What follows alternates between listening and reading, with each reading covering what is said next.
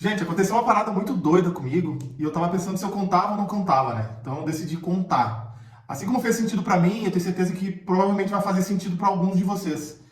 Então, outro dia eu tava, fui fazer uma oração, né? Tava no meu quarto e ia orar e eu pedi pra Deus, né, uma palavra em cima de tudo isso que tá acontecendo. Eu queria saber por quê. Por que que tá acontecendo tudo isso? Eu sou um cara muito contestador, né? Eu de vez em quando eu pergunto pra Deus, pô, Deus, por que que tu tá fazendo isso? Me dá uma resposta, né? E normalmente ele responde de alguma forma. Então, quando eu abri a Bíblia, né, nesse dia que eu estava fazendo essa oração, ele abriu o livro exatamente na página de Isaías, capítulo 29, que eu quero ler para vocês. É uma mensagem de Isaías contra Jerusalém, que ele fala: Ai de Jerusalém, o altar de Deus, a cidade onde o rei Davi armou o seu acampamento. Deixem passar alguns anos com suas festas religiosas, então Deus castigará a cidade que se chama altar de Deus. Os seus moradores chorarão e se lamentarão, e a cidade ficará parecendo um altar coberto de sangue. Deus enviará um exército para atacar a cidade. Os soldados inimigos a cercarão e levantarão rampas de ataque contra as muralhas. A cidade será arrasada e os seus moradores ficarão caídos no chão. Falarão como se fossem espíritos, cochichando e murmurando como fantasmas. Isso não parece como os dias de hoje, ó. Mas de repente, no instante, o Senhor Todo-Poderoso atacará os inimigos pela multidão de estrangeiros, com trovões, terremotos, estrondos, com ventanias, tempestades e fogo devorador. Ele fará os inimigos virarem pó fino. Eles serão como uma palha que o vento carrega. Ai, todos os inimigos que estiverem atacando o altar de Deus. Todos os exércitos que estiverem cercando a cidade com rampas de ataque desaparecerão como se fosse um sonho ou uma visão. Todas as nações que atacarem Monte Sião serão como um homem faminto que sonha que está comendo a corda e ainda está com fome. Aliás, que sonha que está comendo e acorda ainda com fome. Serão como uma pessoa sedenta que sonha que está bebendo água e acorda ainda com sede. Essa primeira parte, ele fala que o povo vive como se Deus não existisse, né? Que é como os dias de hoje. O povo vive ano a ano, vivendo a vida por viver e não busca clamar a Deus todos os dias e buscar o auxílio do Senhor. Então as pessoas decidem, né, se afastar dos caminhos de Deus e se distrair com coisas mundanas, né? Isso é essa primeira parte, né, daquilo que eu li. E ali no versículo 7, né, que ele fala que todos os exércitos que estiverem cercados a cidade com rampas de ataque desaparecerão como se fosse um sonho ou uma visão. Então ele fala que a nossa vida ela passa muito rápido, como um sonho. E nós devemos se apegar muito mais a Deus, né? A gente acaba se apegando em tantas coisas, e a ídolos, a isso, a programas, a famosos, e acaba se esquecendo do principal, que é se apegar a Deus, é ter um relacionamento mais profundo com Deus, coisa que hoje em dia tem acontecido bastante. E aí segue, ó. Continue sendo tolos se quiserem, continue sendo cegos se preferirem, e, sem terem tomado vinho ou cerveja, fiquem bêbados e andem por aí tontos. Pois o Senhor Deus fez com que vocês caíssem num sono profundo. Ele cobriu as cabeças de vocês e fechou os seus olhos. As cabeças e os olhos são os profetas que não veem as visões que Deus envia. O que ele fala também ali sobre isso? Ó?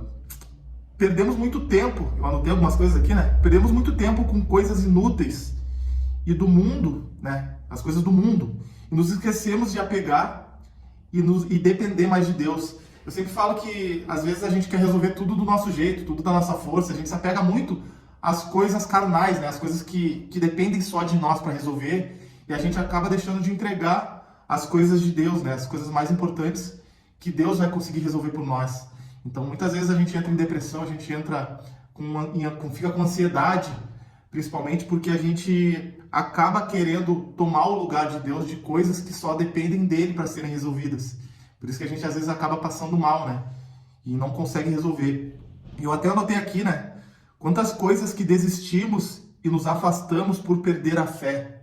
Quantas coisas a gente deixa de fazer, ou deixa de se mover, porque a gente não acredita, porque a gente perde a fé daquilo que não depende de nós, daquilo que depende só de Deus, pudesse acontecer, né? E a gente acaba deixando de fazer por perder a fé. E também quantas coisas não somos gratos por se afastar de Deus. A gente acaba deixando de multiplicar coisas na nossa vida por falta de gratidão. E esse fato, às vezes, da gente estar perdendo tudo, né? As pessoas estarem perdendo tudo, é um alerta de Deus, né? Para que a gente consiga abrir os nossos olhos e ser grato pela simples coisa que a gente tem para a nossa vida, que é a nossa casa, é a nossa família, é o nosso cantinho, é a nossa vida, né? Enquanto a gente está passando por isso, porque estava vivendo um mundo sem conseguir enxergar, estava cego e deixando de ser grato pelas coisas que Deus deu para nós, né? Deu para eles, né? Principalmente. Mas vamos lá. Lá no verso 12 diz: E se pedir a alguém que não sabe ler, e a pessoa dirá, não sei ler, o Senhor diz: Esse povo ora por mim com a boca e me louva com os lábios, mas o seu coração está longe de mim.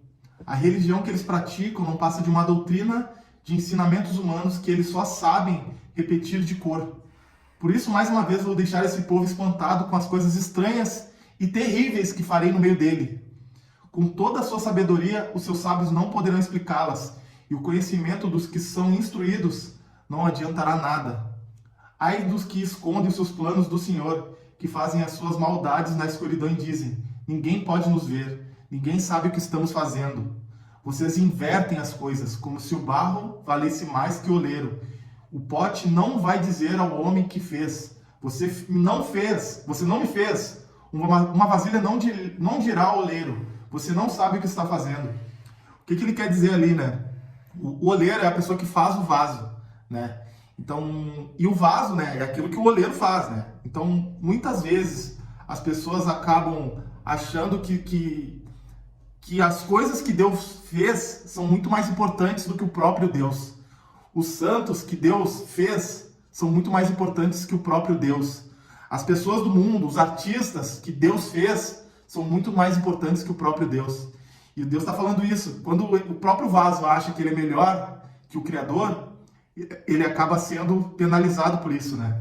Ele nunca vai ser mais importante do que o Criador. E as pessoas às vezes estão dando mais importância para a criação do que o próprio Criador. Mas, né? E Isaías também fala, né? Convida o povo para parar e refletir. O povo tinha perdido a sensibilidade espiritual. As pessoas estão tão envolvidas com questões terrenas que acabaram deixando de lado as questões espirituais. As pessoas não estão mais ouvindo a voz de Deus, pois estão distraídas com celular, com fofoca, com notícias inúteis, né?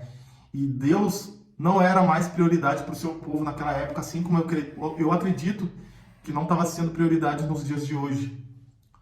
Mas apesar de tudo isso, Deus tem uma promessa de salvação que eu quero ler agora.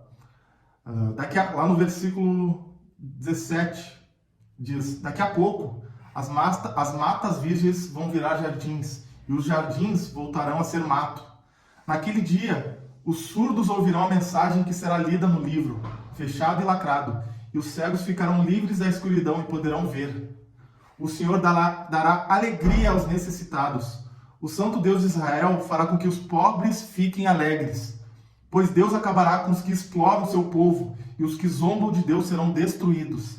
E os que fazem planos para prejudicar os outros desaparecerão. Deus acabará com os que acusam os outros falsamente.